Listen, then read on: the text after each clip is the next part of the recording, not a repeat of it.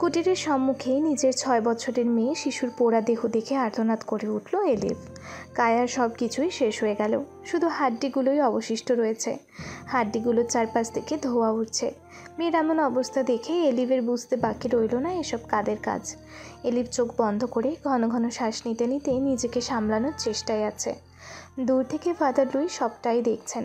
Father Luis এলিফের দিকে তাকিয়ে নিজের গলায় থাকা ক্রুশটার ওপর হাত রেখে কিয়ৎকাল ওভাবেই দাঁড়িয়ে থাকেন। অতঃপর মন্থর গতিতে হেঁটে আসলেন এলিফের সম্মুখে। এলিফের মেয়ের পোড়া দেহটি দেখে তীক্ষ্ণ দৃষ্টিতে তাকিয়ে বলে উঠলেন, আফসোস করো না এলিফ, গ্রামবাসীর জন্য আমায় এমনটা করতেই হতো। ফাদার লুইয়ের কথায় এলিফ তার ক্রন্দনরত চোখজোড়া খুলল। ফাদার লুই এলিফের রেগে লাল হওয়া চোখজোড়ায় দেখতে পেল প্রতিশোধের আগুন। এলিফ ফাদারের দিকে তাকিয়ে খড়খড়ে গলায় আওড়ালো, আমি এর শেষ দেখে ছাড়বো ফাদার। এই ভ্যাম্পায়ারদের বংশ আমি ধ্বংস করেই ছাড়বো, এই আমি প্রতিজ্ঞা করলাম ফাদার।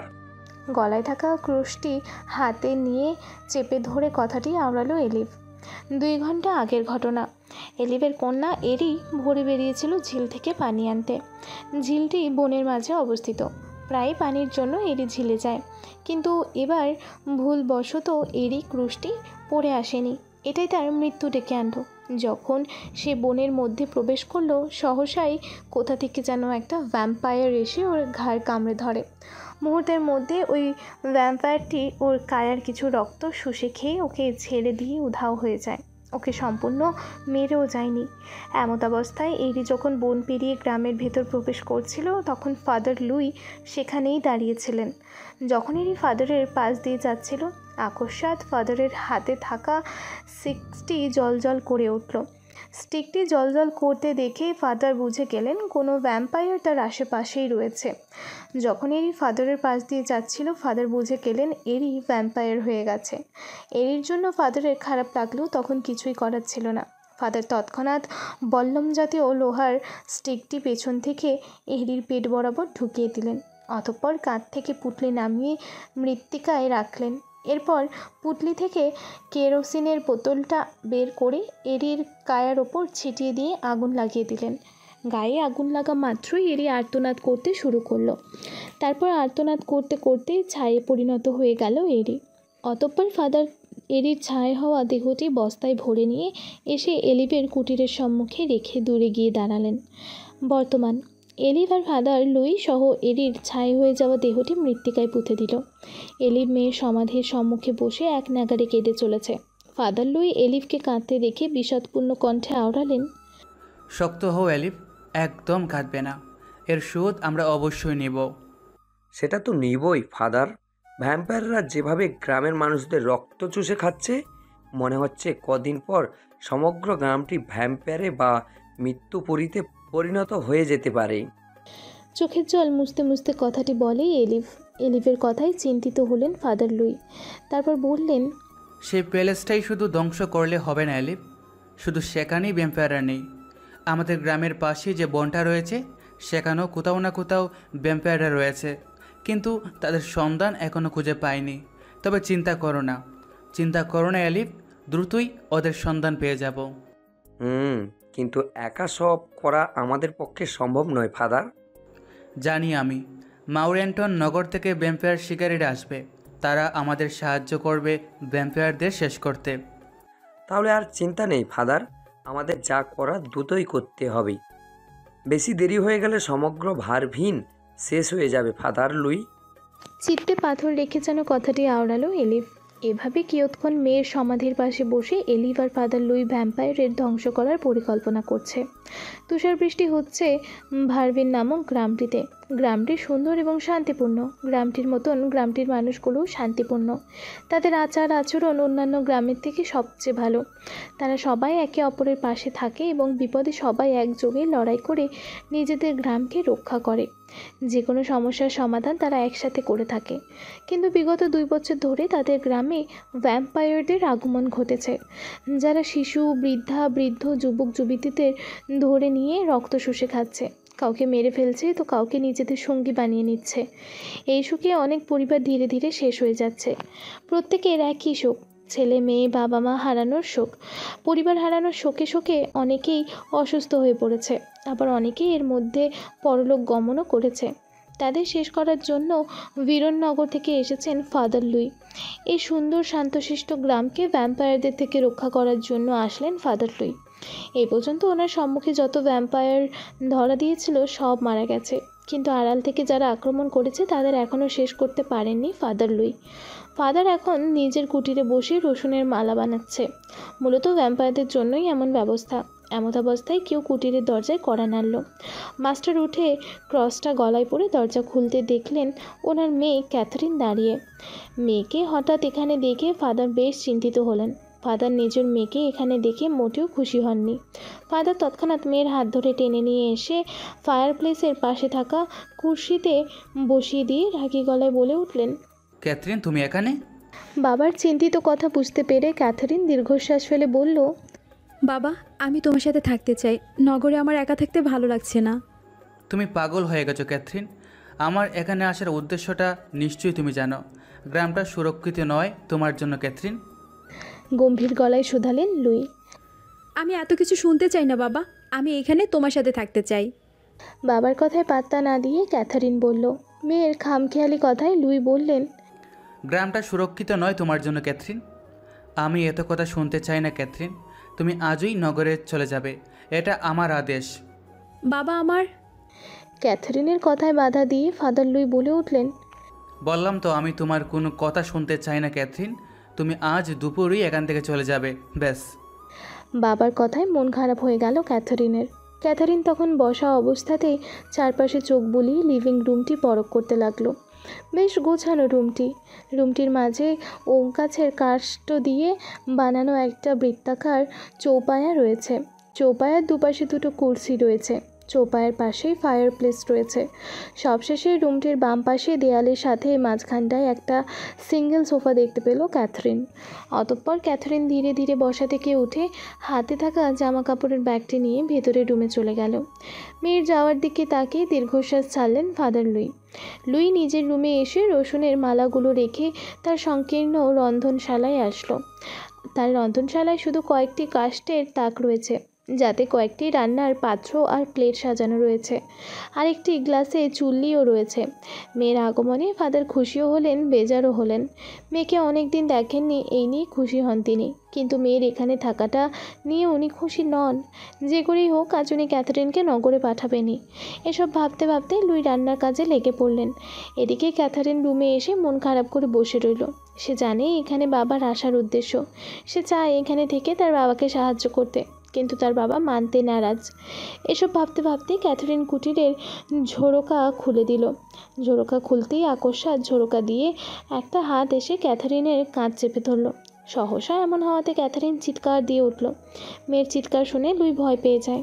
লুই কিচেন থেকে দৌড়ে মেয়ের কাছে এসে যা দেখলো, ভয়ে লুইয়ের হৃৎপিণ্ড লাফিয়ে উঠল যেন। লুই দৌড়ে ঝরকার কাছে আসলো। এসে দেখলো পায়েসের কুটিরের গৃহপরিচিকা জয়ী ক্যাথরিনের কাঁধ ধরে ঘাড় বাঁকিয়ে হিংস্র চোখে তাকিয়ে আছে ক্যাথরিনের দিকে। জয়ের অবস্থা দেখে ফাদার লুই ভয় জড়ানো গলায় আওড়ালেন, হায় ঈশ্বর, এই মেয়েটাও নিস্তার পেল না, ভ্যাম্পায়ারদের শিকার হলো। কথাটি বলে ফাদার কুটির থেকে বেরিয়ে পড়লেন। তারপর কুটিরের পেছনে থাকা ঝরকার কাছে আসলেন। এসেই পশ্চাৎ থেকে মেয়েটার পেটে স্টিকটি ঢুকিয়ে দিলেন। অতঃপর দাঁড়ানো অবস্থায় মেয়েটার গায়ে কেরোসিন ঢেলে দিতে লাগলেন। তারপর আগুন লাগিয়ে দিলেন মেয়েটির গায়ে। মেয়েটি আর্তনাদ করতে করতে ছাইয়ে পরিণত হয়ে গেল। কুটিরের ভেতর থেকে ক্যাথরিন এমন ভয়ঙ্কর দৃশ্য দেখে ভয়ে চেতনা হারায়। বৃত্তাকার চৌপায়ায় ওপর হাত দুটো রেখে মাথা নিচু করে বসে আছে ক্যাথরিন। তখনকার ঘটনায় সে খুব ভয় পেয়ে আছে। ফাদার লুই দুটো খাবারের প্লেট চৌপায়ার ওপর রেখে সম্মুখের কুর্সিটা টেনে বসলেন। তারপর মেয়েকে উদ্দেশ্য করে বললেন, এবার বুঝলে তো কেন তোমায় চলে যেতে বলেছিলাম? ক্যাথরিন কিছু বলল না, শুধু মাথা নাড়ালো। অতঃপর নিজের প্লেট থেকে একটা প্যানকেক নিয়ে ধীরে ধীরে খেতে লাগলো। মেয়েকে বাক্যহীন দেখে ফাদার লুই হাতের কেকটি প্লেটে রেখে মেয়ের দিকে তীক্ষ্ণ দৃষ্টি নিক্ষেপ করে আওড়ালেন, তুমি কি সত্যি যেতে চাও না ক্যাথরিন, নাকি তোমার মাথায় অন্য কিছু চলছে? বাবার কথায় চমকালো ক্যাথরিন। তারপর খাওয়া বন্ধ করে বাবার দিকে তাকিয়ে নিচু গলায় বলল, কিছু না বাবা, আমি সত্যি সত্যি দুপুরে রওনা হচ্ছি বীরনগরের উদ্দেশ্যে। তাহলে তো ভালোই। ফাদার লুই ভুনা বেড়ার মাংসের টুকরোটি খেতে খেতে কথাটি বললেন। তাদের খাওয়ার কালে সহসা পুরুষালীর কণ্ঠ কুঠিরের বাহির থেকে অস্থির হয়ে ফাদার লুইকে ডাকতে লাগলো। ফাদার লুই সর্বনাশ হয়ে গেছে।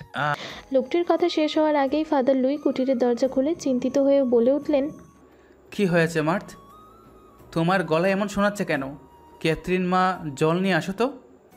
ক্যাথারিন বাবার পেছনে দাঁড়িয়েছিল। যেই না ফাদার লুই মেয়ের নাম নিলেন তখন মার্থ ঘাড় বাঁকিয়ে পাশে তাকালো। পাশে তাকাতেই থমকে যায় মার্থ। এ কি দেখছে সে? যেন কোনো পরী দাঁড়িয়ে আছে তার সামনে। সুন্দরী রূপসী এই রমণীর থেকে মার্থ চোখ সরাতেই পারছে না। মেরুন রঙের দীঘল ফ্রক পরে আছে মেয়েটি। ফ্রকের ওপর দিয়ে উলের শাল জড়িয়ে আছে। সোনালি রঙের কেশগুলো বিনুনি করে সম্মুখে এনে রেখেছে। কয়েকটা সংকীর্ণ কেশ মেয়েটির ললাটের সাথে লেপ্টে রয়েছে। লোচনের মণি দুটো নীল। সরু কোমরটিতে কালো রঙের কোমরবন্ধনী জড়িয়ে আছে। মেয়েটিকে পরখ করতে করতে মার্থ তার এখানে আসার উদ্দেশ্যই প্রায় ভুলতে বসেছে। মার্থকে হঠাৎ থমকে যেতে দেখে ফাদার লুই কপাল কুঁচকে বলে উঠলেন, মার্থ, তুমি ঠিক আছো? ফাদারের কথায় মার্থের হুঁশ ফিরে। মার্থ কোনো রকমই নিজেকে সামলে শুকনো ঢোক গেলে বলে উঠল, আমি ঠিক আছি ফাদার। এখন বলো কি সমস্যা হয়েছে? লিয়াভানিত আর কুটিরে দুজনেই ভ্যাম্পায়ারে পরিণত হয়েছে। লিয়াভানিত তার স্বামী আর ছেলেকে কুটিরে আটকে রেখে বাইরে দাঁড়িয়ে কান্নাকাটি করছে। বলছে আপনাকে খবর দিতে লিয়াভানিতের কুটিরে যাওয়ার জন্য। কথার ফাঁকে ক্যাথরিন জল নিয়ে আসলো মার্থের জন্য। জলের গ্লাসটি মার্থের দিকে এগিয়ে দিল। মার্থ ক্যাথরিনের দিকে তাকিয়ে কাঁপা কাঁপা হাতে জলের গ্লাসটি হাতে নিয়ে জড়ানো গলায় বলল, টিসাকিউরে দেরেম। ক্যাথরিন মার্থের জবাবে কিছু না বলে মাথা নাড়িয়ে কুটিরের ভেতর চলে যায়। আর মার্থ জল খেতে খেতে ক্যাথরিনের যাওয়ার দিকে তাকিয়ে থাকলো। এদিকে ফাদার লুই লিয়াভানিতের কুটিরের খবর মার্থের থেকে শুনে তৎক্ষণাৎ কুটিরের ভেতরে আসলেন। নিজের রুমে এসে পুটলিটা কাঁধে নিয়ে স্টিকটি হাতে নিলেন। অতঃপর ক্যাথরিনকে বলে মার্থের সাথে বেরিয়ে পড়লেন ফাদার লুই। বাবা যাওয়ার পরই ক্যাথরিন সমগ্র কুটিরটি ঘুরে দেখার সিদ্ধান্ত নিল। টেবিলের ওপর রাখা ফলের ঝুড়িটি থেকে একটা লাল টকটকে আপেল হাতে নিল ক্যাথরিন। অতঃপর আপেলটি খেতে খেতে দোতলায় আসলো সে।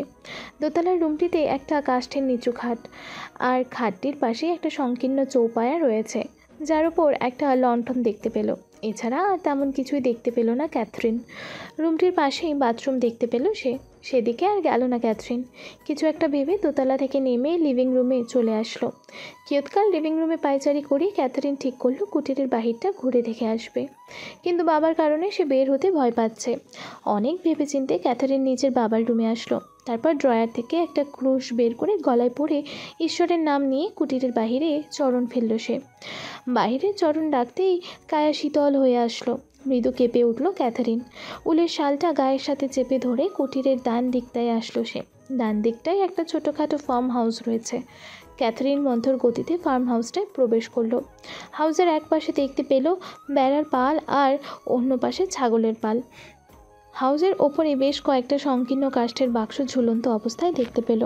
বাক্সগুলো মাঝ বরাবর সংকীর্ণ কবাট রয়েছে। এগুলোর আকার দেখেই বুঝলো এখানে পায়রা রয়েছে। ক্যাথারিন এগিয়ে এসে বাক্সগুলোর কাবাট খুলে দিল। কাবাট খুলতেই কিছু সাদা পায়রা বাক বাক মুখ শব্দ করতে করতে বাক্স থেকে বেরিয়ে পাখনা ঝাপটাতে লাগলো। সাদা পায়রাগুলোকে পাখনা ঝাপটাতে দেখে ক্যাথারিন সশব্দে হেসে উঠল। পায়রাগুলো ফার্ম হাউস থেকে বেরিয়ে যায়। ক্যাথারিনও পায়রাগুলোর পেছন পেছন আসলো। পায়রাগুলো উড়ে উড়ে কুটিরের পশ্চাতের দিকটায় আসতে লাগলো। ক্যাথারিনও তাদের পিছু পিছু কুটিরের পশ্চাতের দিকটায় আসলো। কুটিরের পশ্চাতের দিকটায় আসতেই ক্যাথারিন কিছু একটা দেখে বিস্মিত হলো। কুটিরের সম্মুখে থাকা কাষ্ঠের সংকীর্ণ প্রাচীরের ওপর হাত রেখে সে সম্মুখে থাকা কিছু একটার দিকে তাকিয়ে বিস্মিত হয়ে আওড়ালো, এইটা কি? দেখে মনে হচ্ছে কোনো দুর্গ। হ্যাঁ, তাই তো মনে হচ্ছে, দুর্গই হবে। দুর্গটা গ্রাম থেকে প্রায় 11 মাইল দূরে হবে। দূর থেকে দুর্গটাকে বোঝা মুশকিল, দেখা গেলেও একদম ঝাপসা দেখা যায়। গ্রাম, নদী আর বন পেরিয়ে তারও কিছু মাইল দূরে দুর্গটার অবস্থান, যার কারণে দুর্গটাকে স্পষ্ট বোঝা মুশকিল। ক্যাথারিন বেশ অবাক হলো দুর্গটাকে দেখে। বাবা তাকে কখনোই দুর্গটার ব্যাপারে বলেননি। তার মননের মাঝে কারোর ডাক পড়ল, মিস ক্যাথারিন, আপনি কি ভেতরে আছেন? মেয়েলি গলার স্বর পেয়ে ক্যাথারিন গলায় থাকা ক্রুশটি হাতে নিয়ে চেপে ধরে ধীর চরণে কুটিরের সম্মুখের দিকটায় আসলো। এসে দেখলো তার বয়সী একটা মেয়ে দাঁড়িয়ে।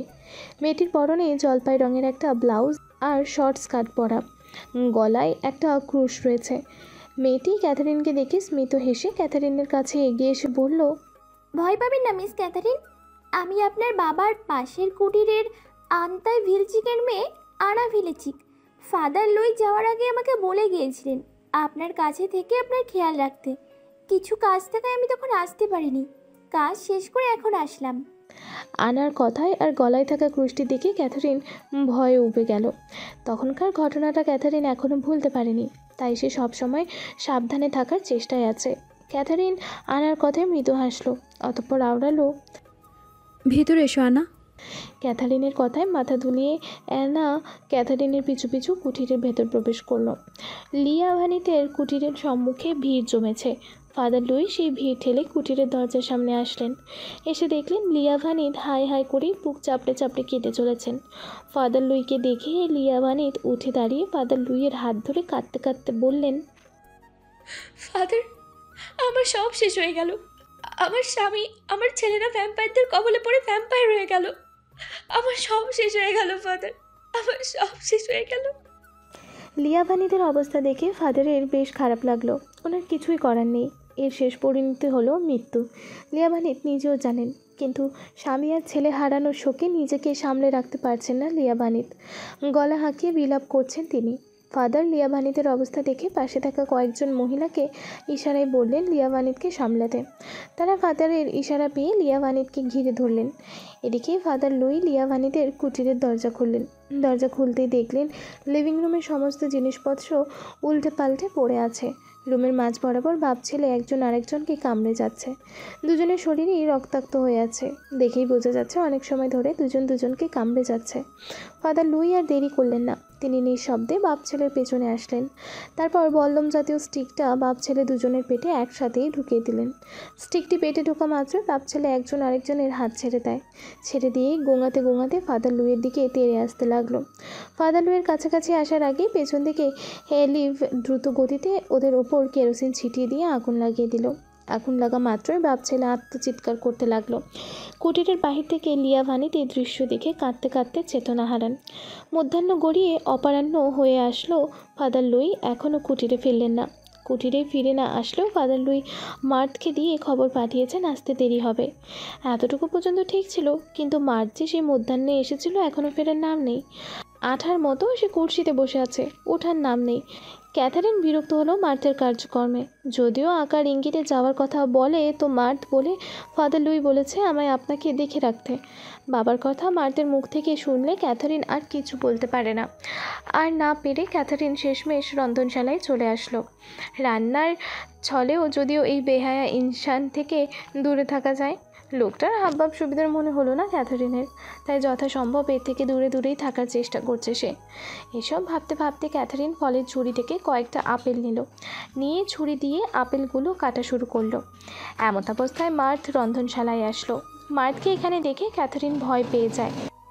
হাতের ছুরিটা শক্ত করে ধরে ভীতু নয়নে মার্থের দিকে তাকালো সে। ক্যাথারিনের ভয় জড়ানো নেত্র দেখে মার্থ কুটিল হাসলো। তারপর এক পা করে সামনে এগোতে লাগলো। মার্থকে সামনে এগোতে দেখে ক্যাথারিন নড়ল না, চুপচাপ হাতের ছুরিটি শক্ত করে ধরে রইল। ক্যাথারিন মনে মনে ভেবে নিল মার্থ যদি ওকে কিছু করতে আসে তাহলে মার্থের হৃৎপিণ্ড বরাবর ছুরি বসিয়ে দেবে সে। মার্থ নেশালো চোখে ক্যাথারিনের দিকে তাকিয়ে ক্যাথারিনের কাছাকাছি আসলো। যেই না মার্থ ক্যাথারিনের কাঁধ স্পর্শ করতে যাবে, ক্যাথারিন তখন তার হাতে ছুরিটি উঁচিয়ে ধরল মার্থকে আঘাত করার জন্য। ক্যাথারিনের আক্রমণ দেখে মার্থ সশব্দে হেসে উঠল। তারপর মার্থ ক্যাথারিনের দিকে তাকিয়ে কুটিল হেসে কিছু বলতে যাবে, তার আগেই আনা এসে হাজির হলো রন্ধনশালায়। আনা মার্থকে ক্যাথারিনের কাছাকাছি দেখে তৎক্ষণাৎ পশ্চাৎ থেকে বিচলিত ভঙ্গিতে বলে উঠল, মিস ক্যাথরিন। আনার গলা শুনে ক্যাথরিন ছুরি নামিয়ে ফেলল। আনাকে দেখে স্বস্তি পেল ক্যাথরিন। এদিকে মার্থ আনার উপস্থিতিতে মোটেও খুশি হতে পারল না। রাগে মার্থের শরীর কাঁপছে। মার্থ ক্যাথরিনকে ছেড়ে দিয়ে আনার দিকে ফিরল। কয়েক সেকেন্ড আনার দিকে রাগী দৃষ্টি নিক্ষেপ করে দ্রুত কুটির থেকে বেরিয়ে গেল সে। মার্থ যেতেই আনা দৌড়ে আসলো ক্যাথরিনের কাছে। অতঃপর ভয়ার্ত গলায় শুধালো, আপনি ঠিক আছেন মিস ক্যাথরিন? আমি ঠিক আছি আনা। আনার হাত ধরে ভাঙা ভীতু গলায় ক্যাথরিন জবাব দিল। ভয়ে এখনও ক্যাথরিনের হাত কাঁপছে। আনা ক্যাথারিনের অবস্থা দেখে এক গ্লাস জল এগিয়ে দিল। ক্যাথারিন কাপা হাতে জলের গ্লাসটি হাতে নিয়ে এক নিঃশ্বাসে পুরো গ্লাসের জল সাবার করে দিল। জল খাওয়া শেষ হলে আনা তার ডান হাত দিয়ে প্লাস্টিক তাকের ওপর রাখলো, আর বাম হাত দিয়ে আনা ক্যাথারিনের কাঁধ জড়িয়ে ধরে দাঁড়িয়ে রইল। ক্যাথারিন কিয়ৎকাল পর স্থির হতেই আনা বলে উঠল, মার ছেলেটা তেমন সুবিধার নয় মিস ক্যাথরিন। ওর শয়তানি রূপটার ব্যাপারে কয়জনই জানে। মাঠকে সবসময় এড়িয়ে চলার চেষ্টা করবেন মিস ক্যাথরিন। আনার কথায় ক্যাথারিন কিছু বলল না, শুধু মাথা নাড়ালো। সে দেয়ালে হাত রেখে টুল থেকে উঠতে গিয়ে পড়ে যেতে নিলে আনা দ্রুত ধরে ফেললো ক্যাথারিনকে। তারপর বলল, সাবধানে মিস ক্যাথরিন, চলুন আমি আপনাকে দিয়ে আসছি। বলে আনা ক্যাথারিনকে তার রুমে নিয়ে এসে শুইয়ে দিতে দিতে বলল, আপনি রেস্ট নিন, আমি আপনার পাশে আছি। আনার কথায় মাথা নাড়িয়ে ক্যাথারিন চোখ জোড়া বন্ধ করে ফেলল। সকালের ঘটনায় এমনিতেই সে ভয়ে ছিল, আর এখন মার্থের বিষয়টা ক্যাথারিনকে আরও ভীতু করে তুলল। এসব নিয়ে ভাবতে ভাবতে ক্যাথারিন ঘুমে তলিয়ে গেল। গির্জার ঘড়িতে ঘন্টা বেজে উঠল। ঢং ঢং শব্দ কর্ণে পৌঁছাতে ক্যাথারিনের কাঁচা ঘুমটা ভেঙে গেল। ক্যাথারিন ধরফড়িয়ে শোয়া থেকে উঠে বসলো। উঠতে দেখলো বেড সাইডে চৌপাটায় লণ্ঠন জ্বলছে। আনাই লণ্ঠন জ্বালিয়ে দিয়েছিল। এই সময়ে তার কিছু কাজ থাকায় নিজের কুটিরে ফিরে যায় আনা। ক্যাথারিন বেড থেকে ওঠার আগে গলায় হাত রাখলো, দেখলো ক্রুশটা তার গলায় আছে কিনা। ক্রুশটা গলায় দেখে ক্যাথারিন স্বস্তির নিঃশ্বাস ফেললো। তারপর ধীরে ধীরে শোয়া থেকে উঠলো, উঠে লিভিং রুমে আসলো। কয়েকবার নিচু স্বরে বাবাকে ডাকলো ক্যাথারিন, কিন্তু বাবার কোনো সাড়া পেল না সে। বাবাকে এই সময়েও কুটিরে উপস্থিত না দেখে ক্যাথারিন এবার বেশ চিন্তায় পড়ে গেল। সে আনাকেও কুটিরে দেখতে পেল না। কাউকে না পেয়ে ক্যাথারিন নিজেই ঠিক করলো বাবার খোঁজে বেরোবে। যেই ভাবা সেই কাজ। ক্যাথারিন হাত মুখ ধুয়ে হালকা জলখাবার সেরে তার দ্বিগল ফ্রকের ওপর গলাবন্ধ একটা সোয়েটার পরলো। তারপর সব শেষে কালো একটা আলখাল্লা গায়ে জড়িয়ে নিয়ে চৌপায়ের ওপর থেকে লণ্ঠনটা হাতে নিল। অতঃপর ঈশ্বরের নাম নিয়ে কুটিরের বাহিরে চরণ রাখল সে। কুটিরের বাহিরে চরণ রাখা মাত্রই কোথা থেকে যেন একটা প্যাঁচা ডেকে উঠল। প্যাঁচার ডাক শুনে ক্যাথারিনের সর্বাঙ্গ কাঁপুনি দিয়ে উঠল। এই সময় প্যাঁচার ডাকটা তার কাছে অশুভ মনে হলো। ক্যাথারিন মনে মনে এসব ভেবে ভেবে ল্যান্ঠন নিয়ে সামনে এগোতে লাগলো। তারপর কাষ্ঠের কাবারটি খুলে সে বেরিয়ে পড়ল। সন্ধ্যা প্রায় শেষ হয়ে এলো বলে চারিদিকে অন্ধকার ঢেকে গেছে। চাঁদের আলো থাকলেও সেটা কুয়াশায় ঢাকা পড়েছে। এই শীতের মধ্যেও ভয়ে ক্যাথারিনের কায়া ঘামছে। সে কাপা হাতে লণ্ঠনটা নিয়ে সামনে এগোচ্ছে আর বাবাকে মৃদু চিৎকারে ডেকে চলেছে। এদিকে তার গলার আওয়াজ পেলে পাশের কুটিরে থাকা এক বৃদ্ধা তৎক্ষণাৎ কুটিরের দরজাটি খুলল, তবে পুরোটা নয়। দরজাটা হালকা খুলে বৃদ্ধা ক্যাথারিনকে উদ্দেশ্য করে গলা হাঁকিয়ে বলে উঠল, এই মেয়ে, তুমি এই সময়ে এখানে কি করছো? তুমি জানো না এই সময়ে ভার্বিনে কেউ কুটিরে থেকে বের হয় না। এই সময়টাকে ভার্বিনের মানুষরা অশুভ মনে করে। যাও, দ্রুত নিজের কুটিরে ফিরে যাও। জেনে শুনে নিজের মৃত্যুকে ডেকে এনো না। কুটিরে ফিরে যাও মেয়ে। কথাগুলো বলে বৃদ্ধা শব্দ করে কুটিরের দরজা বন্ধ করে দিল। দরজার বন্ধ হওয়ার শব্দে ক্যাথারিন কিছুটা কেঁপে উঠল।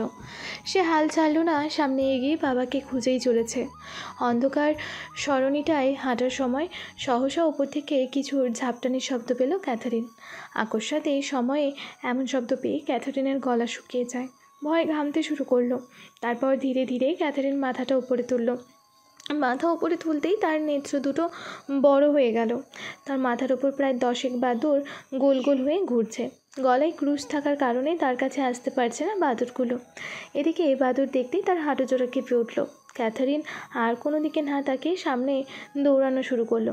বাদুড়গুলো ক্যাথারিনের পিছু পিছু আসতে লাগলো। এক দৌড়ে ক্যাথারিন গ্রামের উল্টো পাশে থাকা গির্জার সামনে চলে আসলো।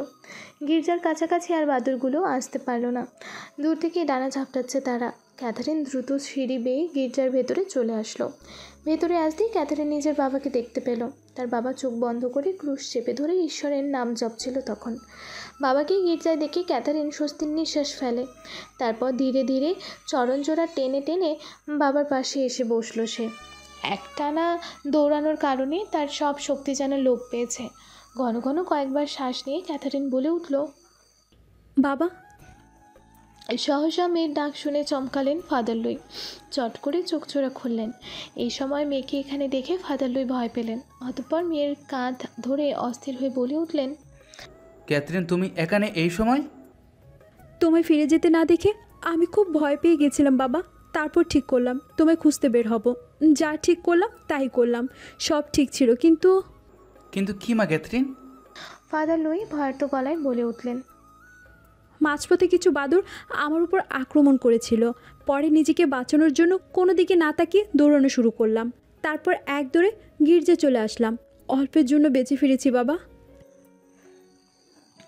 ভয়ার্ত হাঁপানো গলায় আওড়ালো সে।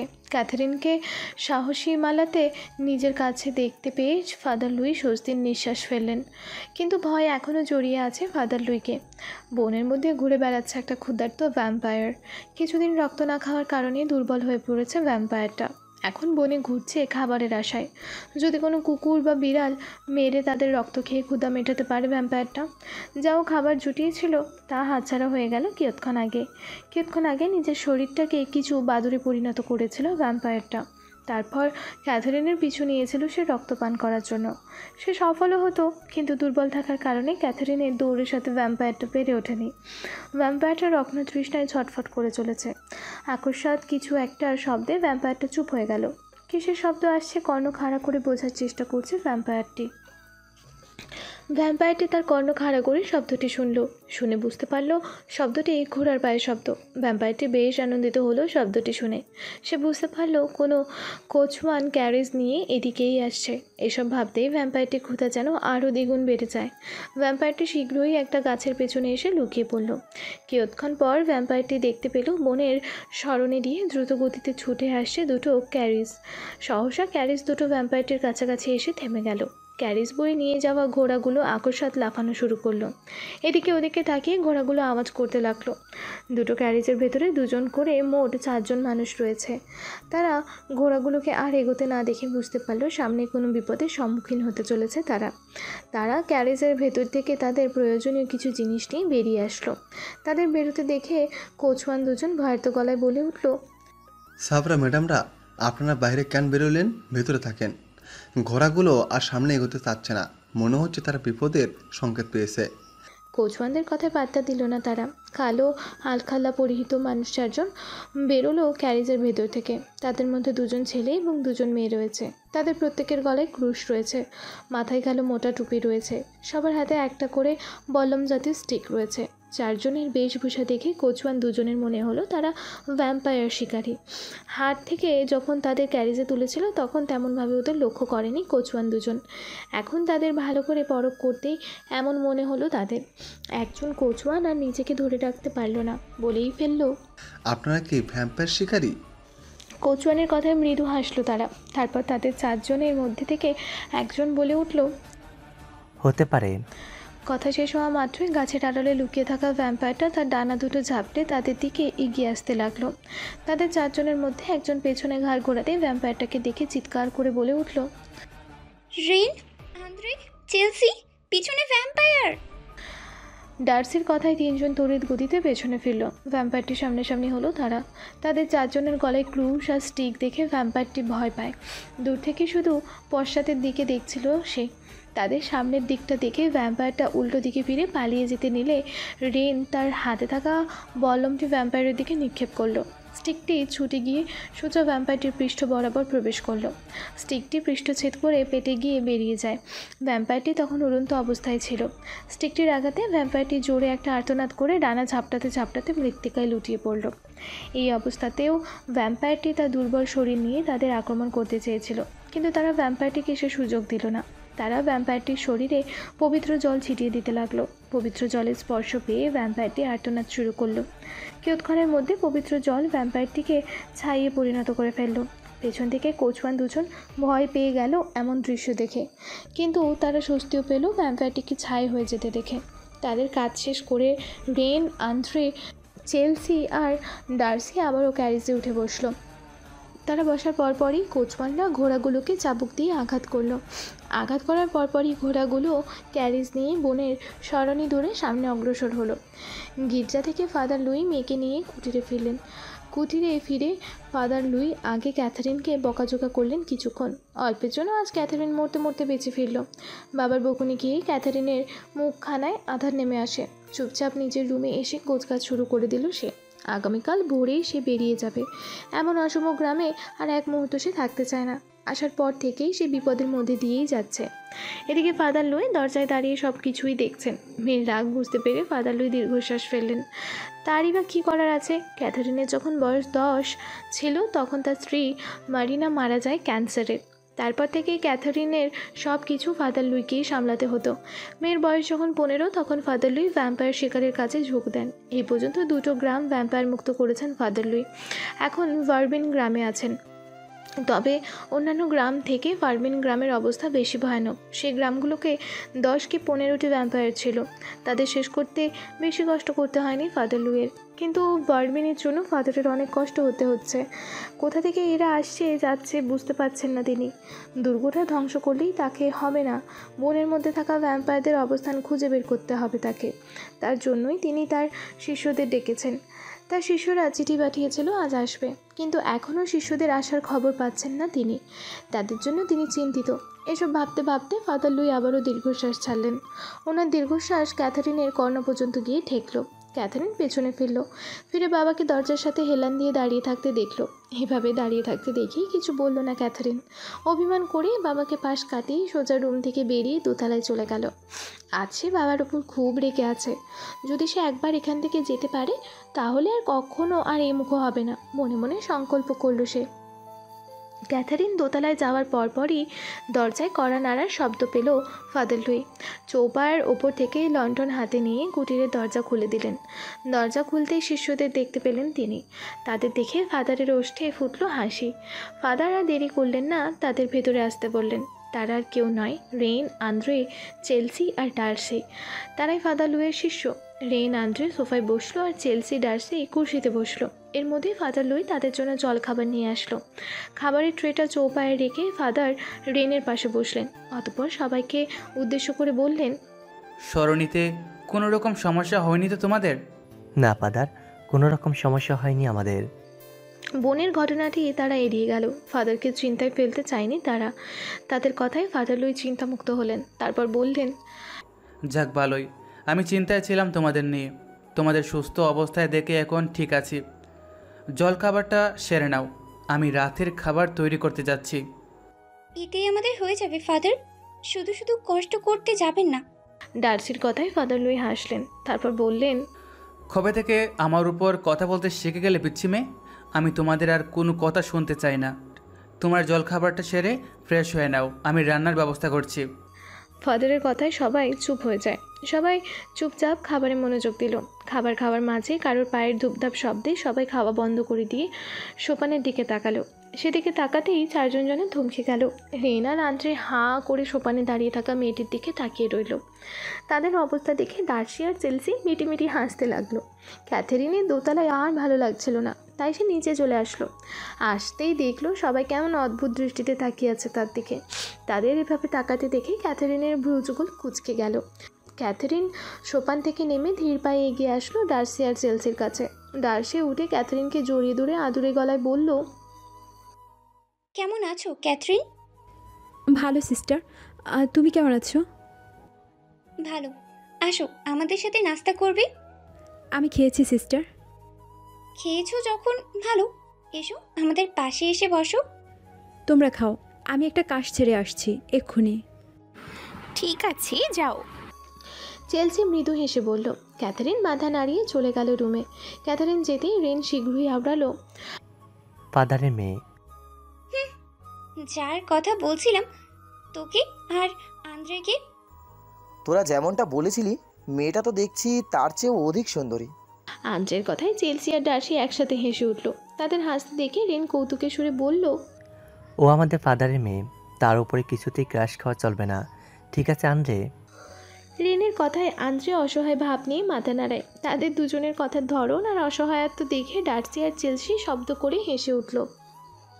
গির্জার ঘড়িতে ঘণ্টা বেজে উঠল। ঢং ঢং শব্দ জানান দিল এখন রাত 1টা। গির্জার ঘণ্টার শব্দে কুটিরে থাকা ঘুমন্ত মানুষগুলো মৃদু কেঁপে উঠল। সবাই ঘুমে তলিয়ে আছে, কিন্তু ঘুম নেই ক্যাথারিনের নেত্রে। ক্যাথারিন শোয়া অবস্থায় এপাশ ওপাশ করতে ব্যস্ত। ঘুম কিছুতেই তার নেত্রে এসে ভর করছে না। এমতাবস্থায় আকস্মাৎ সমগ্র কুটিরটি যেন কেঁপে উঠল, এমনটাই অনুভব হলো ক্যাথরিনের। কুটির নাড়ার সাথে ফার্ম হাউসের বেড়া আর ছাগলগুলো জোরে জোরে ডাকতে শুরু করলো।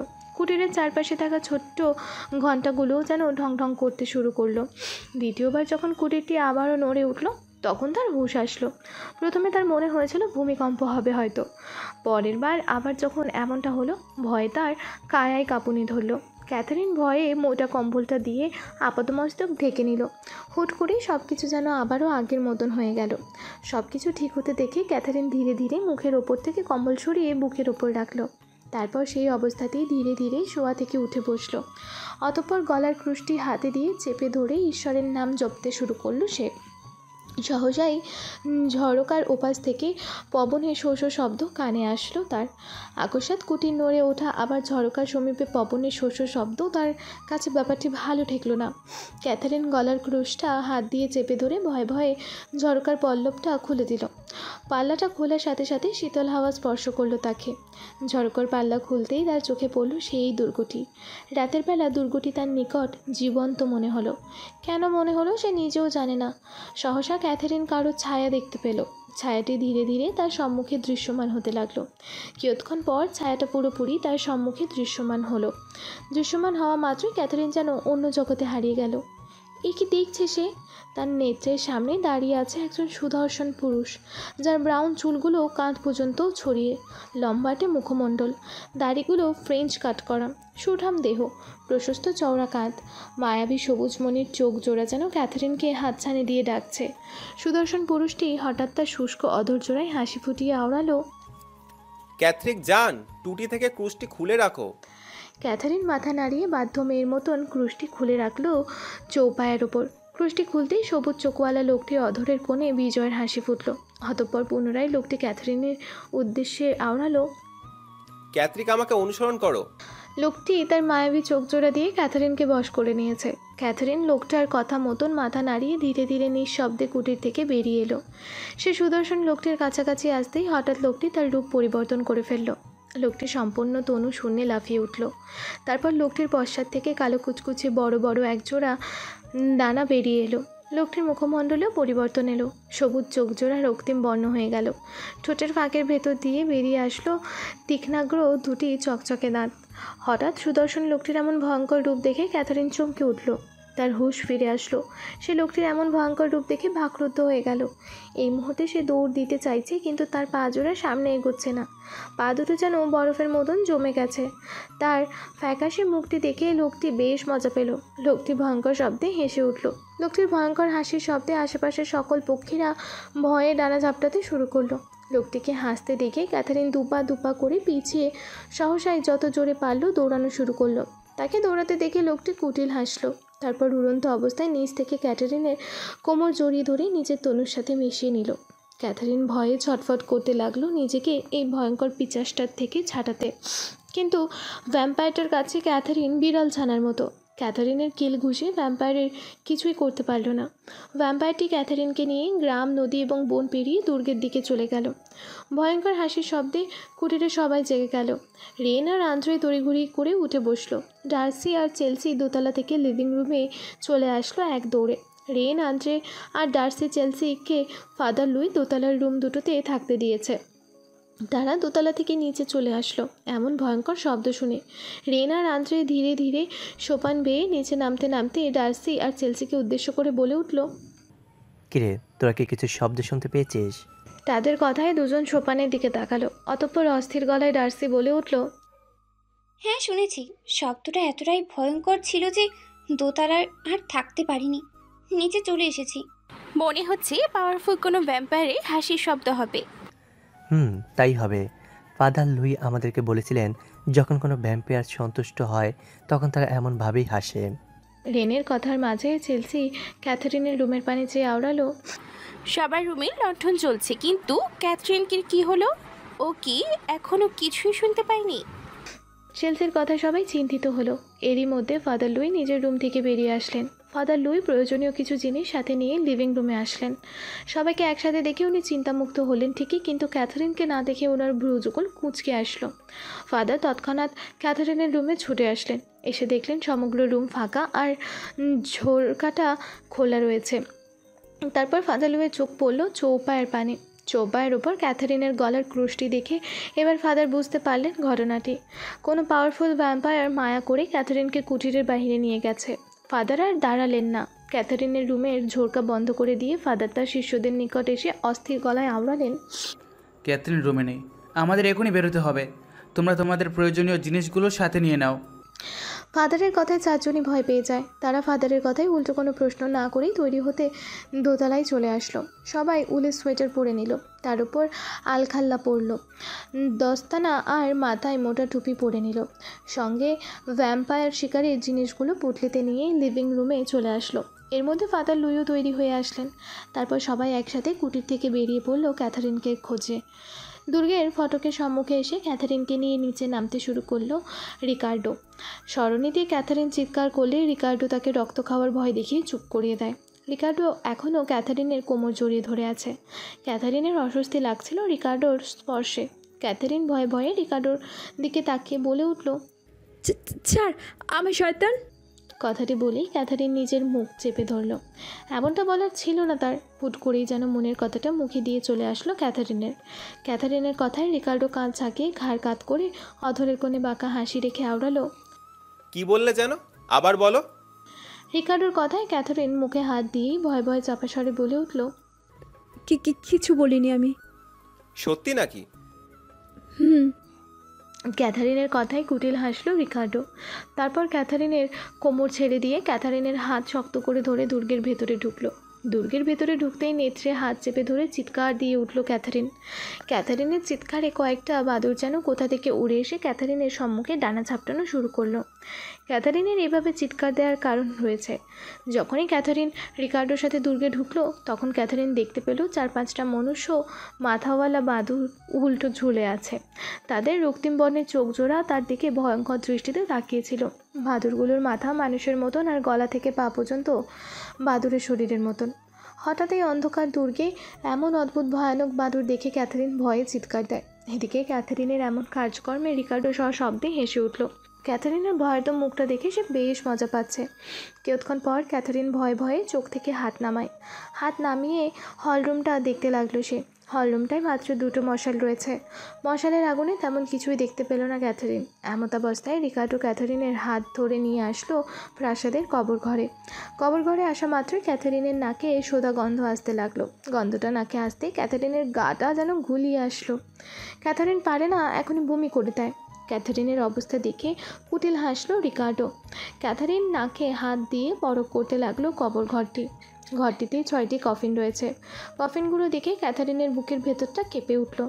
ক্যাথারিন এসব দেখে ভয়ে কবর ঘরের দেয়াল ঘেঁষে গুটিসুটি শুয়ে দাঁড়ালো। রিকার্ডো ক্যাথারিনের দিকে এক পলক তাকিয়ে উচ্চস্বরে আওড়ালো, বেরিয়ে এসো আমার সঙ্গীরা, দেখো তোমাদের জন্য আমি কি নিয়ে এসেছি। আশা করি আমার উপহার দেখলে তোমরা খুশি না হয়ে পারবে না। রিকার্ডোর কথা শেষ হওয়া মাত্রই কফিনের ডালটাটা নড়ে চড়ে উঠল। কয়েক সেকেন্ডের মধ্যে কফিন থেকে বেরিয়ে আসলো 4টে যুবতী মেয়ে আর 2জন যুবক। তাদের দেখে ক্যাথারিন ভয়ে আরও নিজেকে গুটিয়ে নিল। ক্যাথারিনের মনে হচ্ছে সে ভ্যাম্পায়ারদের দ্বারা মরবে না, তারা তার কাছে আসার আগে সে ভয়েই মরে যাবে। 6জন ভ্যাম্পায়ার তাদের তীক্ষ্ণাগ্র দাঁত দুটি বের করে হিংস্র রক্তবর্ণ চোখ জোড়া দিয়ে যেন ক্যাথারিনকে গিলে খাচ্ছে। ক্যাথারিনকে ভয় পেতে দেখে ভ্যাম্পায়ারগুলো বেশ মজা পাচ্ছে।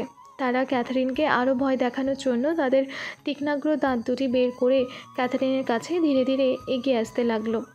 ভ্যাম্পায়ারগুলোকে নিজের দিকে এগিয়ে আসতে দেখে ক্যাথারিন আর দাঁড়িয়ে থাকতে পারল না। হাঁটু ভেঙে মৃত্তিকায় পড়ল সে। কয়েক সেকেন্ডের মধ্যে চেতনা হারায় ক্যাথারিন। ক্যাথারিন ভীতু হলেও বুদ্ধিহীন নয়। আসার সময় সরণিতে 2 হাতের আঙুলের 3টে রিংয়ে ক্যাথারিন ফেলে এসেছিল যাতে তার বাবা আর সিস্টারদের তাকে খুঁজতে সুবিধা হয়। মেয়েকে খুঁজতে খুঁজতে ফাদার কুটিরের পেছন দিকটায় মেয়ের হাতের আঙুলের একটি রিং পান। রিংয়ের মাধ্যমে ফাদার লুই বুঝতে পারে ক্যাথারিন এখন কোথায় রয়েছে। ফাদার মৃত্তিকার ওপর থেকে মেয়ের আংটি হাতে নিয়ে ভাঙা গলায় বলে উঠলেন, রেন, আন্দ্রে, চেলসি, ডার্সি। ফাদারের ডাকে সবাই পেছন থেকে সরে এসে ফাদারের সম্মুখে দাঁড়ালো। তারপর রেইন চিন্তিত গলায় ফাদারকে উদ্দেশ্য করে আওড়ালো, কিছু কি বুঝতে পারলেন ফাদার? রেন, ক্যাথরিনকে ওই পিচাসটাই নিয়ে গেছে। এত মেয়ে থাকতে ক্যাথরিনকেই বা কেন তারা নিয়ে গেলেন ফাদার? আজ 2 বছর ধরে তাদের সঙ্গীদের আমি এক এক করে শেষ করে আসছি। তার শোধ নীতি তারা আমার মেয়েকে তুলে নিয়ে গেছে। তারা যদি ক্যাথরিনের ক্ষতি করে দেয় ফাদার? করবে না। আমাকে তারা তাদের হাতের মুঠোয় না পাওয়া পর্যন্ত তারা আমার মেয়েকে বাঁচিয়ে রাখবে। আপনি এত নিশ্চিত কিভাবে যে ওরা ক্যাথরিনকে কিছু করবে না? কারণ তাদের শত্রুতা আমার সাথে। আমাকে হাতের নাগালে পাওয়ার জন্য তারা আমার মেয়েকে অপহরণ করেছে। সব বুঝলাম ফাদার, কিন্তু খুব ভয় লাগছে আমার। ক্যাথরিনের না কিছু হয়ে যায়। আমি দুর্গে না যাওয়া পর্যন্ত ক্যাথরিনকে ওই পিচাসগুলো বাঁচিয়ে রাখবে রেন। চলো এখন আমরা এগোই। ফাদার লুইয়ের কথায় বাধা দিয়ে চেলসি উত্তেজিত গলায় বলে উঠল, এখন যাওয়া ঠিক হবে না ফাদার। এখন রাত, এখন ওই পিচার্সদের অনেক শক্তি থাকবে। পিচার্সদের সাথে এখন আমরা পেরে উঠবো না ফাদার। আপনার কথা অনুযায়ী যদি ওরা ক্যাথরিনকে বাঁচিয়ে রাখে তাহলে আমরা দিনের বেলায় দুর্গে যাব। দিনে ওই পিচার্সগুলো কফিনের ভেতর থাকবে। তখন আমাদের ক্যাথরিনকে উদ্ধার করতে কষ্ট কম হবে আর ভয়ও কম থাকবে সব দিক থেকে।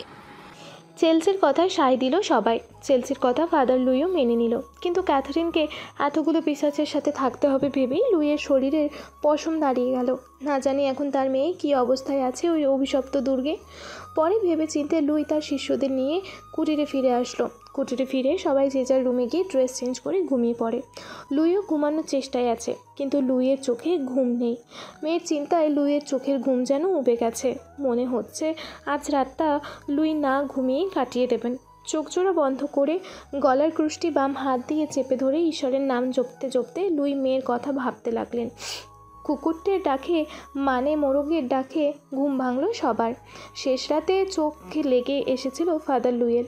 বাকিরা উঠে পড়েছে শুধু ফাদার ছাড়া। চেলসি আর ডার্সি ঘুম থেকে উঠে প্রাতঃকৃত সেরে এসে ফাদারকে লিভিং রুমে না দেখে এদিক ওদিক তাকালো। তারপর রুমের দিকে নজর পড়তে দেখলো ফাদারের রুমের দ্বার এখনও বন্ধ রয়েছে। তারা বুঝলো ফাদার শুতে শুতে হয়তো রাত হয়ে গেছিল, তাই এখনও উঠতে পারেনি। তারা ভাবলো নিজেরাই কিছু করবে, যেইভাবে সেই কাজ। দুজন রন্ধনশালায় চলে গেল প্রাতটা সারতে। দুর্গে ক্যাথরিন বাঁধা অবস্থায় কবর ঘরের দেয়াল ঘেঁষে বসে রইল। সারা রাত এক বিন্দুও ঘুমাতে পারেনি সে। রিকার্ডো নামের ভ্যাম্পায়ারটার সঙ্গীগুলো তাকে সারা রাত ভয় দেখিয়ে জ্বালিয়েছে, সাথে তাদের কুকুরটি তো আছেই। ক্যাথরিন নাক কুঁচকে চোখ বন্ধ করে ফেলল। রক্তের গন্ধে সারা রাত গা গুলিয়েছিল তার। এর মধ্যে দুবার বমি করাও শেষ তার। চোখ বন্ধ করতেই ক্যাথারিনের সামনে রাতের ঘটনাগুলো আবারও চোখের ওপর ভেসে উঠল। ভ্যাম্পায়ারগুলো যখন ক্যাথারিনের দিকে আসছিল তখন রিকার্ডো সবাইকে থামিয়ে দিয়ে গম্ভীর স্বরে আওড়ালো, ফাদারের মেয়ে বলে কথা, এত শীঘ্রই এর মৃত্যু কামনা করো না তোমরা। এর মৃত্যু ফাদারের সামনেই হবে। ফাদার যখন নিজের মেয়ের মৃত্যু নিজের চোখের সামনে দেখে মেয়েকে বাঁচানোর জন্য ছটপট করতে থাকবে তখন বেশ আনন্দ পাবো আমরা।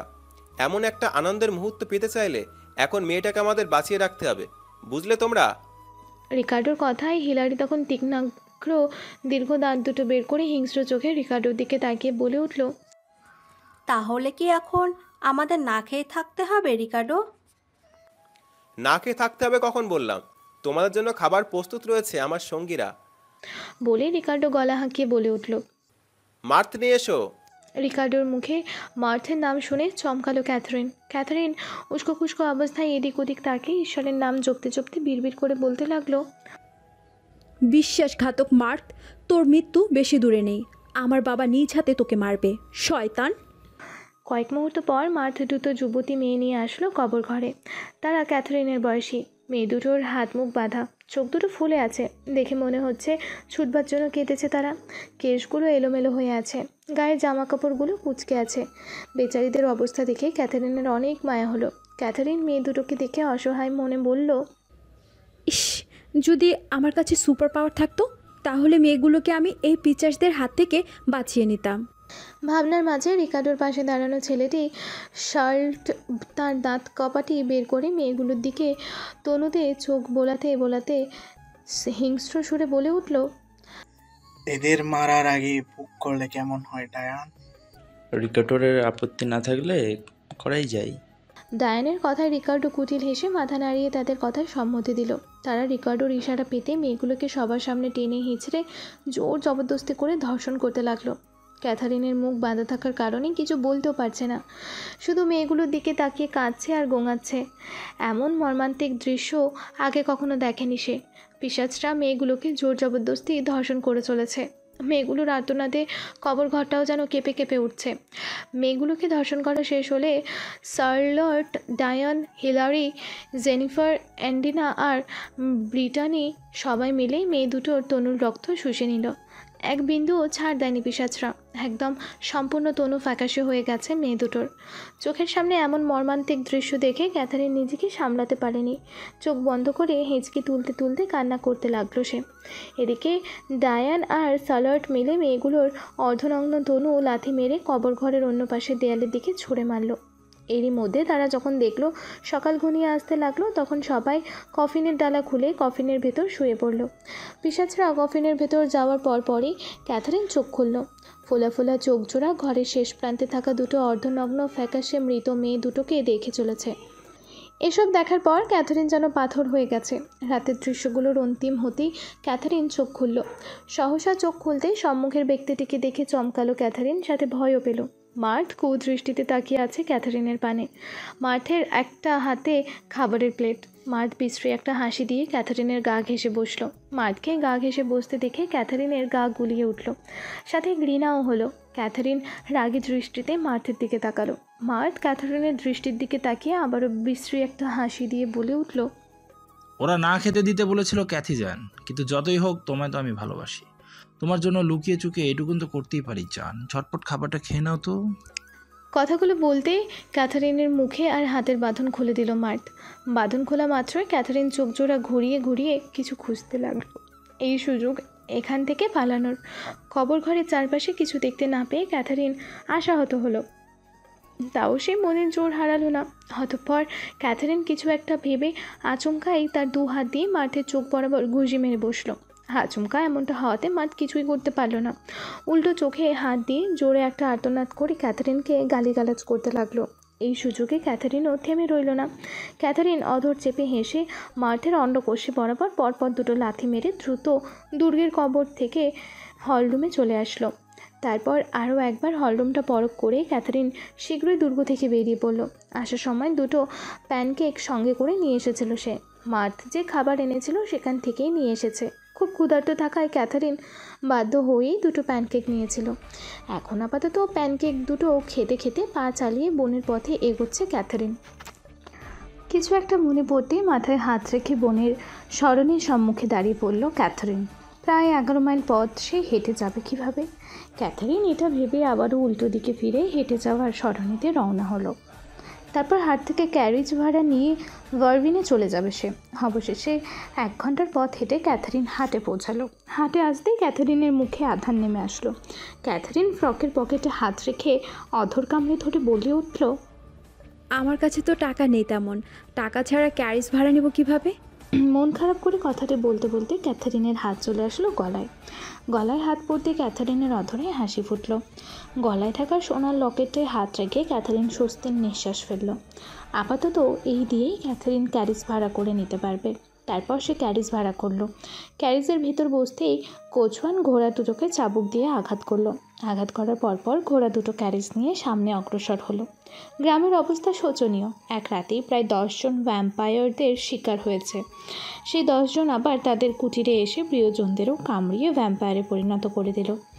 সকাল সকাল কুটিরে এই খবর নিয়ে আসলো লিয়া বানিত। এই কথা শোনার পর ফাদার লুই গ্রামের সবাইকে আদেশ দিলেন গির্জায় যাওয়ার জন্য। গির্জায় ভ্যাম্পায়াররা প্রবেশ করতে পারবে না। ফাদার লুইয়ের বার্তা সবার কাছে পৌঁছে দিল লিয়া বানিত। সবাই ফাদার লুইয়ের কথা মতন প্রয়োজনীয় কিছু জিনিসপত্র আর কিছু শুকনো খাবার জল নিয়ে গির্জার দিকে রওনা হলো। গ্রামে রয়ে গেল ফাদার লুই এবং তার শিষ্যগণ। আর যারা ভ্যাম্পায়ারে পরিণত হয়েছে তারা রয়ে গেল। তারা সমগ্র গ্রামে ছড়িয়ে পড়েছে রক্ত খাওয়ার উদ্দেশ্যে। এদিকে মেয়ের চিন্তায় ফাদার লুই এমনিতেই অসুস্থ হয়ে পড়েছেন। তার উপর এখন গ্রামে ভ্যাম্পায়ারদের আক্রমণ শুরু হয়েছে। একজন থেকে আরেকজনের মধ্যে ছড়িয়ে পড়ছে। সব মিলিয়ে ফাদার লুইয়ের অবস্থা খারাপ। ফাদার লুই তৈরি হয়ে লিভিং রুমে এসে হাঁক ছেড়ে ওনার শিষ্যগণের উদ্দেশ্যে আওড়ালেন, হয়েছে তোমাদের? ওনার কথার প্রায় 2 মিনিট পরপরই 4 জন সোপান দিয়ে তাড়াহুড়ো করে নামতে নামতে বলল, হয়ে গেছে ফাদার। ওদের কথায় ফাদার লুই মাথা নাড়িয়ে চৌপায়ের ওপর থেকে পুতলিটা কাঁধে নিয়ে বলে উঠলেন, যা যা বলেছিলাম সব কিছু নিয়েছো তো তোমরা? হ্যাঁ নিয়েছি ফাদার। তাহলে যাওয়া যাক। চলুন ফাদার। সবাই কুটির থেকে বেরোতেই আকস্মাৎ একটা মেয়ের সামনে পড়ল সবাই। মেয়েটা ফাদার লুই আর বাকিদের গলায় ক্রুশ দেখে চিৎকার করতে করতে দৌড়ে পালিয়ে গেল। সহসা এমন হওয়াতে সবাই কিছুটা ভয় পেয়ে যায়। ফাদার লুই পাশের কুটিরগুলোর দিকে তাকিয়ে হাঁটতে হাঁটতে আওড়ালেন, যারা ভ্যাম্পায়ারে পরিণত হয়েছে এখন আমাদের কাজ হচ্ছে তাদেরকে মেরে ফেলা। একজনকেও জীবিত রাখা যাবে না। যদি একজনও জীবিত থাকে তাহলে সমগ্র গ্রামের মানুষ ভ্যাম্পায়ারে পরিণত হয়ে যাবে। যাকে যেখানে যে অবস্থায় পাবে সেখানেই মেরে ফেলতে হবে আমাদের, বুঝলে সবাই? জি ফাদার। সবাই ফাদারের কথায় মাথা নাড়িয়ে বলে উঠল। 5টি কুটির পেরোতেই 2জন যুবতী মেয়ের সামনে পড়ল সবাই। মেয়েগুলো তাদের রক্তিম বর্ণ চোখজোড়া নিয়ে সবার দিকে তাকিয়ে আছে, কিন্তু তাদের গলে ক্রুশ থাকায় মেয়ে দুটো সামনে এগোতে পারছে না। এমতাবস্থায় রেইন আর আন্দ্রে তাদের হাতে থাকা চাকুটি দিয়ে মেয়ে দুটোর গলা বরাবর নিক্ষেপ করলো। চাকু দুটো মেয়ে দুটোর গলা বরাবর প্রবেশ করতে গলায় হাত রেখে মেয়ে দুটো তাদের আক্রমণ করতে চাইলে চেলসি আর ডার্সি মিলে মেয়ে দুটোর উপর পবিত্র জল নিক্ষেপ করে। পবিত্র জল গায়ে পড়তে মেয়ে দুটোর তনু ছাইয়ে পরিণত হতে শুরু করলো। যুবতী মেয়ে দুটোর অন্তিম দেখে সবাই স্বস্তির নিঃশ্বাস ফেলল। ফাদার লুই তার শিষ্যগণের কাজে সন্তুষ্ট হলেন। ওনার শেখানো যে বৃথা যায়নি, এই মাত্রই তিনি তার প্রমাণ ফেলেন। ওনার অন্তিম হবার পর ওনার শিষ্যগণ বিভিন্ন গ্রামকে ভ্যাম্পায়ারদের হাত থেকে রক্ষা করতে পারবে কথাটি মনে মনে ভেবে তৃপ্তির হাসি হাসলেন ফাদার লুই। কিন্তু পরক্ষণেই মেয়ের চিন্তা মাথায় আসতেই ফাদার লুইয়ের মন আবারও আগের মতন অস্থির হয়ে উঠল। এই পর্যায়ে দুটো মেয়েকে মেরে তারা আবারও সামনে এগোতে লাগলো। খুব সাবধানে সামনে এগোচ্ছে সবাই। যে কোনো জায়গা থেকে আক্রমণ করতে পারে ভেবে সবাই সাবধানে থাকার চেষ্টায় আছে। এবার 7টি কুটির বেরোতে 5টি বয়স্ক মহিলা এবং 2টি 6 বছরের ছেলে শিশু তাদের সামনে এসে হাজির হলো। সবার চোখজোড়া রক্তিম বর্ণ হয়ে আছে। তাদের দেখে ফাদার লুই বুঝলেন গির্জায় যাওয়ার সময় যারা ওই দর্শনের হাতে পড়েছে তারা সবাই ভ্যাম্পায়ার হয়ে গেছে। তাদের মারতেও যেন ফাদার লুইয়ের বুক কাঁপছে। এই গ্রামের মানুষগুলো ফাদার লুইকে এত ভালোবাসা দিয়েছে যে ফাদার লুই তাদের মারার সময় কেঁদে উঠছেন। ভাবনার মাঝে শিশু দুটোকে ধেয়ে আসতে দেখে ফাদার লুই শিষ্যগণকে গম্ভীর গলায় বলে উঠলেন, তাদের ধারালো অস্ত্র দিয়ে আঘাত করো না, শুধু পবিত্র জল ছিটিয়ে দাও। ফাদার লুইয়ের মনের অবস্থা বুঝতে পেরে সবার চোখ ভিজে ওঠে। সবাই ফাদারের কথা মতন কাজ করলো। তারা ধারালো অস্ত্র দিয়ে শিশু দুটোকে আঘাত করলো না, দূর থেকে শিশু দুটোর ওপর পবিত্র জল নিক্ষেপ করলো। পবিত্র জলের স্পর্শ শিশু দুটো নিজেদের তনুতে পাওয়া মাত্রই চিৎকার করতে করতে মাটিতে লুটিয়ে পড়ল। অতঃপর গলা কাটা মুরগির মতন ছটফট করতে করতে তারা ছাই হয়ে গেল। শিশু দুটোর চিৎকারে আশেপাশের পশু পাখিরাও যেন থমকে গেল। ফাদার নিঃশব্দে কাঁদছেন শিশু দুটোর অবস্থা দেখে। এমত অবস্থায় বাকি মহিলাগুলোও আক্রমণ করতে আসলে 5 জন মিলে তাদের হাতে থাকা বল্লম জাতীয় স্টিকটি 5 জন মহিলার পেট বরাবর ঢুকিয়ে দেয়। এমন অবস্থায় মহিলাগুলো তাদের তীক্ষ্ণাগ্র ও দীর্ঘ দাঁত দুটি বের করে হাত দুটি সামনে এগিয়ে দিয়ে তাদের আক্রমণ করতে চাইছে। তারা আর সেই সুযোগ দিল না। আবারও একটানে স্টিকটি মহিলাগুলোর পেট থেকে বের করে আবারও পেটে ঢুকিয়ে দিল। তারপর অন্য হাত দিয়ে পবিত্র জল ছুঁড়ে মারল তাদের পানে। কিছু সময়ের মধ্যে তারাও ছাই হয়ে গেল। ভ্যাম্পায়ার শিকার করতে করতে তারা কিছুটা হাঁপিয়ে উঠেছে। পুটলি থেকে জলের বোতল বের করে জল খেলো সবাই। জল খেয়ে সবাই তনুতে যেন কিছুটা শক্তি পেল। অতঃপর না থেমে আবারও সামনে এগোলো তারা। কয়েকটা কুটির পেরিয়ে চিকন সরু একটা সরণি পেরোতেই সবার কানে আসলো ঘোড়ার পায়ের শব্দ। এই সময় গ্রামে ক্যারিজের শব্দ পেয়ে ফাদার লুই বেশ অবাক হলেন। ফাদার লুই তার শিষ্যগণদের নিয়ে সেদিকেই এগোতে লাগলেন। হাঁটতে হাঁটতে পথে তারা কিছু মানুষের মৃতদেহ দেখতে পেল। সবার শরীর ফ্যাকাশে হয়ে আছে। ফাদার তাদের দেখেই বুঝতে পারলেন রাতের মধ্যেই ভ্যাম্পায়াররা সুযোগ বুঝে তাদের তন্নুর সবটুকু রক্ত শুষে নিয়ে তাদের মেরে ফেলেছে। মৃতদেহগুলো দেখে ফাদার লুইয়ের আফসোস হলো। ফাদার লুই গত 5 দিন আগেও গির্জায় সবাইকে ডেকে বলেছিল রাতে দরজা ঝোরকা মেরে রাখতে। কোনো মতেই যেন দরজা ঝোরকা রাতে খোলা না থাকে। যদি বাইরে থেকে কেউ খোলার জন্য বলে তাও না খোলার জন্য বলেছিলেন ফাদার, কারণ পাওয়ারফুল ভ্যাম্পায়াররা মায়া করে নিয়ে গিয়ে মেরে ফেলতে পারে। তাই অসচেতনতার কারণে এমনটা হয়েছে তাদের সাথে। এমন কথা মনে পড়তেই ফাদার লুইয়ের তার মেয়ের কথা মাথায় আসে। সকাল সকাল মেয়ের খোঁজেই ফাদার লুই বেরোতে চেয়েছিল, কিন্তু তখন লিয়া বানিদের কথাটা শোনার পর তিনি আর দুর্গের উদ্দেশ্যে বেরোতে পারলেন না। একদিকে গ্রামের মানুষ, অন্যদিকে আদরের মেয়ে ক্যাথরিন। দুটো থেকে ওনাকে যে কোনো একটাই বেছে নিতে হয়েছে। গ্রামকে বেছে নিয়েছেন ফাদার লুই, আর মেয়েকে ছেড়ে দিয়েছেন ঈশ্বরের হাতে। এবার ঈশ্বরই ওনার মেয়েকে রক্ষা করবেন, এমনটাই ফাদার লুই ভাবছেন। ভাবনার মাঝে ক্যারিজের কাছাকাছি চলে আসলো সবাই। ক্যারিজের সামনে বসে থাকা কোচওয়ানটি চাবুক ছেড়ে নেমে দাঁড়ালো। তারপরেই ক্যারিজের ভেতর থেকে নামলো ক্যাথরিন। হঠাৎ এলোমেলো আর বিধ্বস্ত ক্যাথরিনকে দেখে উপস্থিত সবাই যেন বাকরুদ্ধ হয়ে গেল। ফাদার লুই তো নিজের চোখে বিশ্বাসই করতে পারছিল না। ফাদার সেখানেই থমকে দাঁড়িয়ে রইলেন। চেলসি আর ডার্সি দৌড়ে ক্যাথরিনের কাছে গিয়ে ক্যাথরিনকে জড়িয়ে ধরল।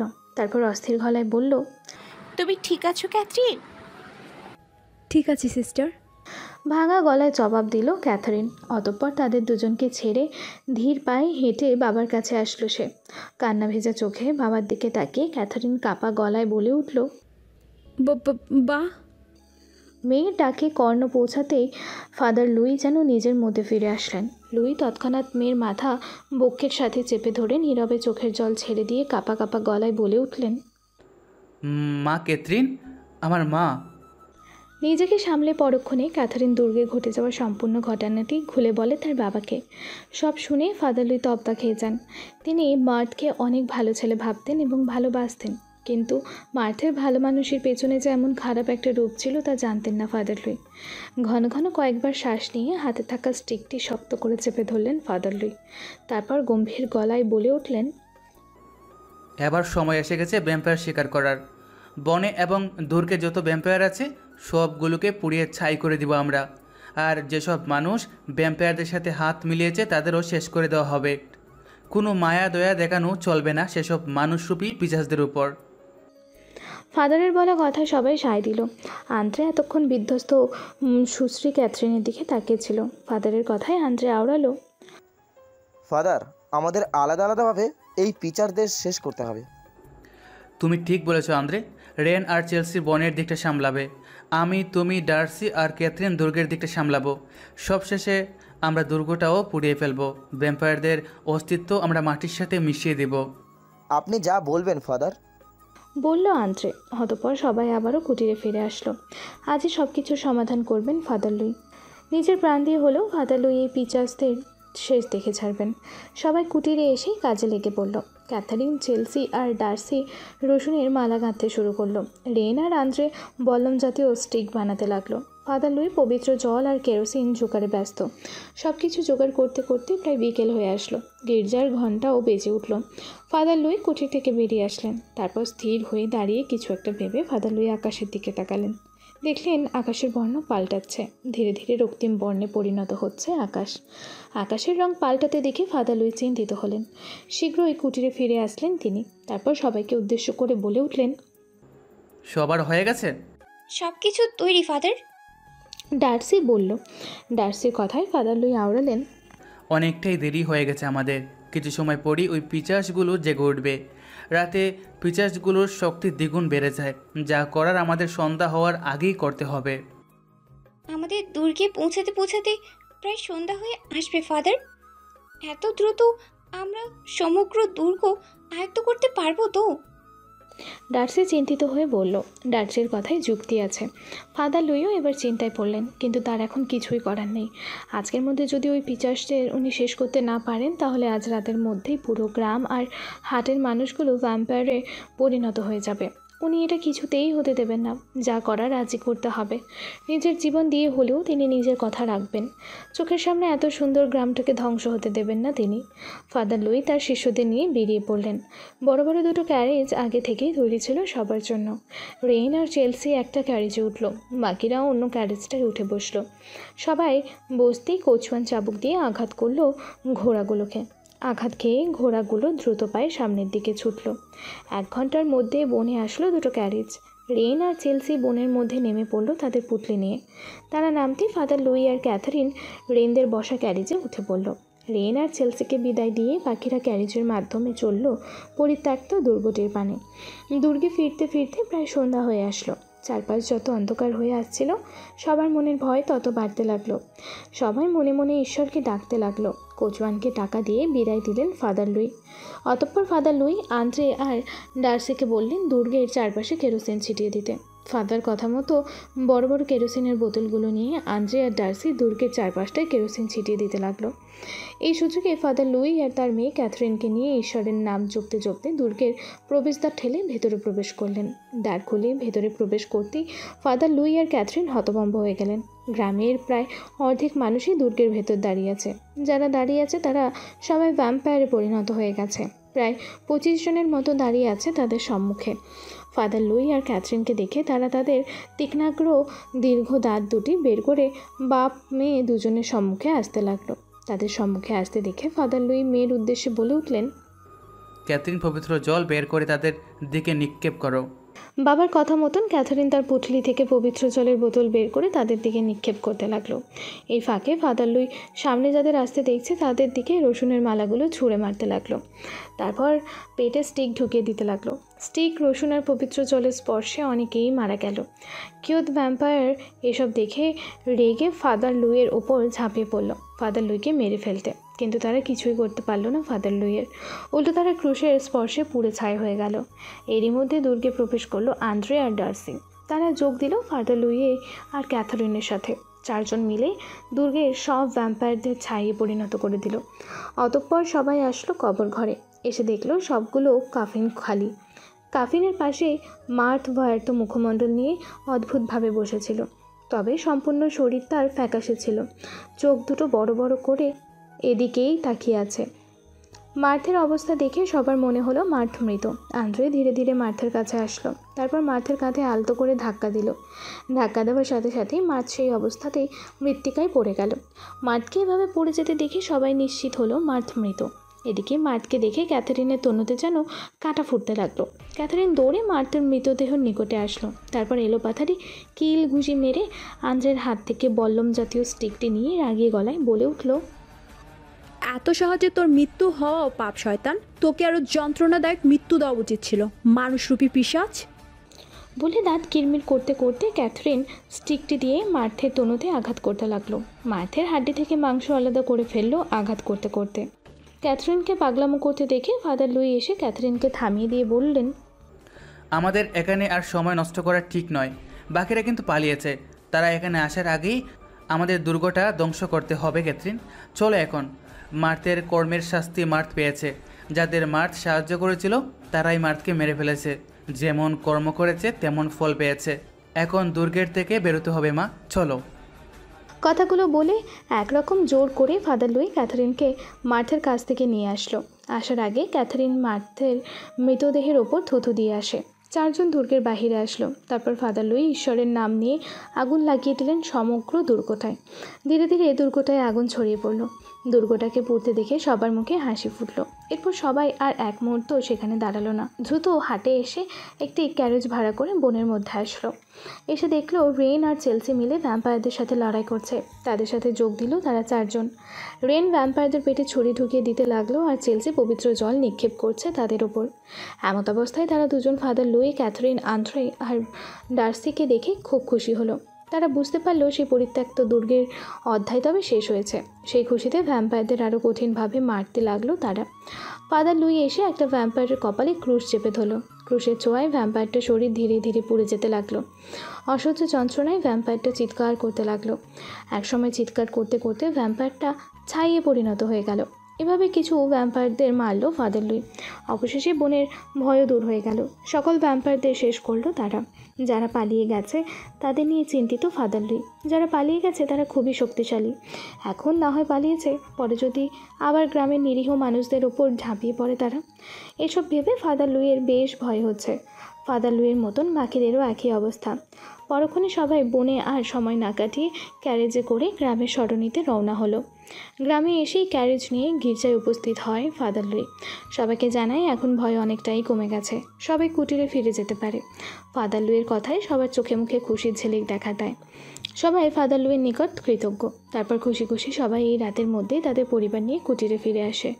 সবার সাথে ফাদার লুই তার মেয়ে ক্যাথরিন আর শিশুদের নিয়ে কুটিরে ফিরে আসলেন। কুটিরে ফিরে সবাই প্রাতকৃত সেরে টেবিলে বসলো রাতের খাবার খেতে। ফ্লোরে গালিচা বিছিয়ে সবাই গোল হয়ে খেতে বসলো। সবার মাঝে ডিশে রয়েছে নানান সুস্বাদু খাবার। Massaman curry, sushi, hamburger, lasagna, fish and chips, টাক্স আর আন্দে ডেজার্ট আজকের খাবারের ডিশে আছে। ভ্যাম্পায়ারদের শেষ করার খুশিতে সবাই আজ তৃপ্তি সহকারে খেতে পারবে। সবাই খেতে খেতে অল্প স্বল্প গল্প করতে লাগলো। প্রায় 1 মাস পর ভার্বিনে পুনরায় আগের মতন শান্তি ফিরে আসলো। সবাই এখন ভ্যাম্পায়ারদের ভয় কাটিয়ে উঠতে পেরেছে। পুনরায় আগের মতন সবাই রাতের বেলা বাইরে বেরোতে পারছে। রাতে হাটে গিয়ে শান্তি মনে 1 কাপ চা কফি খেতে পারছে। সবার মনে শান্তি ফিরে আসলেও একজনের মনে শান্তি নেই। তিনি হলেন ফাদার লুই। তিনি এখনও সেই পালিয়ে যাওয়া ভ্যাম্পায়ারদের নিয়ে বেশ চিন্তিত।